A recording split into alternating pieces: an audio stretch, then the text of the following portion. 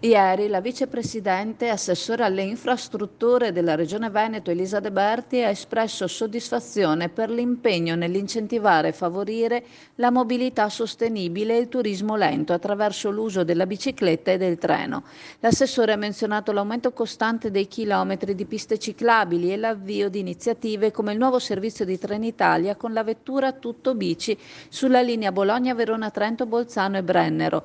Lungo questa linea i treni regionali veloci di Trenitalia saranno attrezzati con una carrozza dedicata alle biciclette, offrendo un totale di 896 posti bici al giorno, oltre ai posti a sedere esistenti. La De Berti ha sottolineato che questa iniziativa mira a promuovere l'intermodalità dei trasporti su importanti rotte interregionali, cercando di fornire servizi sempre più richiesti, in particolare nel settore del turismo, dove il cicloturismo ha registrato un notevole aumento.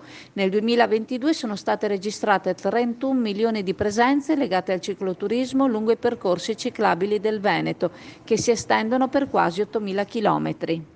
La disponibilità di posti bici sui treni è aumentata notevolmente negli ultimi anni, passando da 3.937 posti bici nel Veneto prima del 2018 a 5.341 posti bici attualmente, oltre ai 98 posti bici indivisi prima di questa iniziativa e agli 896 posti bici indivisi aggiunti con questa novità. In totale ci sono ora quindi 6.237 posti bici per la Regione Veneto.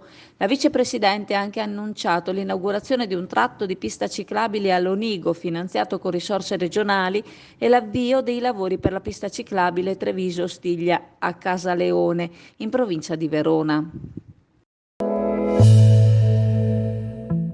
L'agenzia Venice Waterlink, in collaborazione con la Raffaello Navigazione, in aprile e in maggio vi accompagnano da Sottomarina a Venezia il sabato, la domenica e i festivi e alle isole Burano, Murano e Torcello la domenica.